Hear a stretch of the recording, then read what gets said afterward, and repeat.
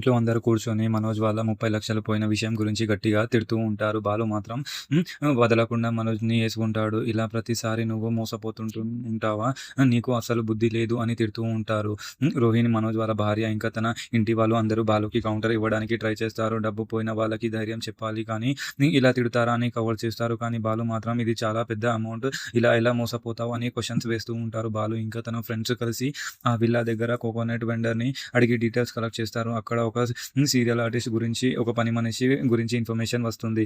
ఇంకా ఏందంటే కల్పన బాలుకి ఒక షాప్ దగ్గర కల్పనని ఎక్స్ లవర్ ఎవరైతే 40,00,000 ముందు పోయినాదో చూస్తాడు. కల్పనని నిలదీస్తే ఆమె ఒక పెద్ద బాంబు పేలుస్తుంది. నేను ఆ 40,00,000కి మనోజ్ ఇంకా రోహిణికి ఎప్పుడో రిటర్న్ ఇచ్చేశాను అని కల్పన చెప్తుంది. మనోజ్ ఇంకా రోహిణి కలిసి బెదిరించి ఆ డబ్బులు మొత్తం మళ్ళీ లాక్కున్నారు అని బయట పెడుతూ ఉంటుంది. బాలు ఇంటికి వచ్చి ఒక హోమ్ కోర్ట్ సెట్ చేస్తాడు. మనోజ్‌ని బుద్ధిలా నిలబెట్టి అందరి ముందు తన అసలు నిజ స్వరూపం బయట పెడతాడు. నేను కష్టార్జితం 40,00,000ని ఇవ్వు, నువ్వు నీ పెళ్ళాం కలిసి సెకండ్ టైం కూడా మింగేశారు అని ప్రూఫ్స్‌తో సహా ఎక్స్‌పోజ్ చేస్తూ ఉంటాడు. మరి నెక్స్ట్ ఎపిసోడ్‌లో ఏం జరగబోతుందో అనేది చూద్దాం. Thank you.